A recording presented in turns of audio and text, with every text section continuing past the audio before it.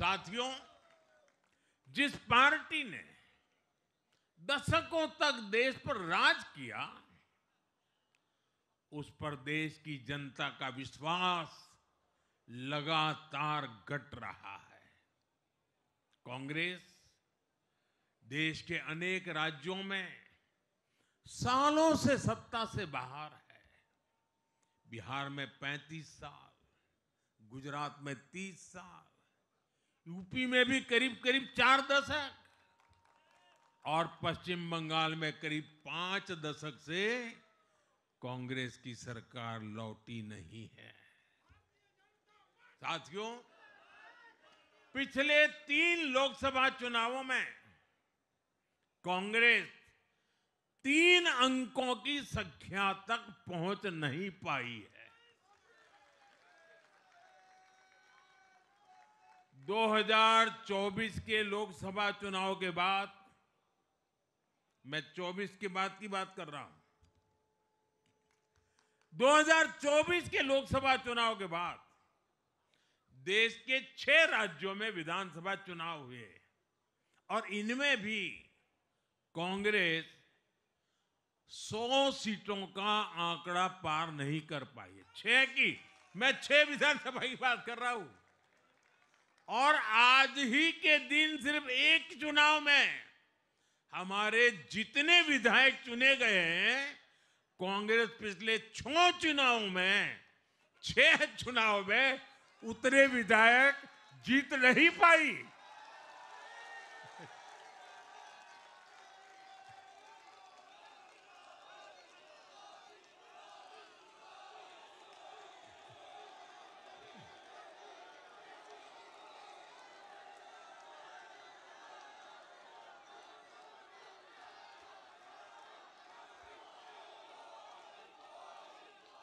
अब आप सोचिए, आज एक चुनाव में हमें जितनी सीटें मिली हैं, 6 विधानसभा चुनाव जो अभी लोकसभा के बाद गए, उतनी सीटें, उससे भी हम लोग ज्यादा इस बार लेके आए।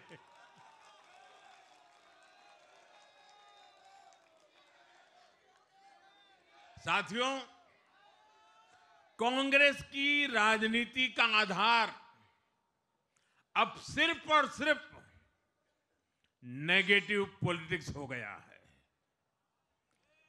कभी चौकीदार चोर है का नारा, संसद का समय बर्बाद करना, हर इंस्टीट्यूशन को अटैक करना, कभी ईवीएम पर सवाल, कभी चुनाव आयोग को गाली, कभी वोट चोरी का मनगढ़ंत झूठा आरोप, जाति और धर्म के आधार पर लोगों को बांटना, देश के बजाय देश के दुश्मनों के एजेंडे को आगे लाना।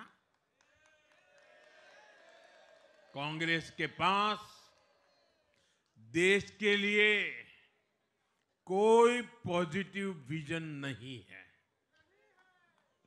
सच्चाई यह है कि आज कांग्रेस, और मैं बहुत गंभीरता के साथ कहता हूं, आज कांग्रेस मुस्लिम लीगी माओवादी कांग्रेस यानी एमएमसी बन गई है।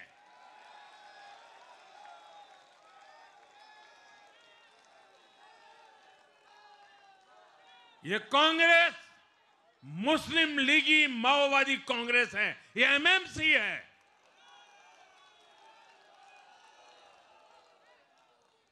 और कांग्रेस का पूरा एजेंडा अब इसी पर चलता है। और इसलिए अब कांग्रेस के भीतर भी एक अलग धड़ा पैदा हो रहा है, जो इस नेगेटिव पॉलिटिक्स से असहज है। ये जो कांग्रेस के नामदार है, ये जिस रास्ते पर कांग्रेस को लेकर चल रहे हैं, इसके प्रति घोर निराशा, घोर नाराजगी अंदर ही अंदर पनप रही है। और मुझे तो आशंका है, हो सकता है कि आगे कांग्रेस का एक और बड़ा विभाजन हो।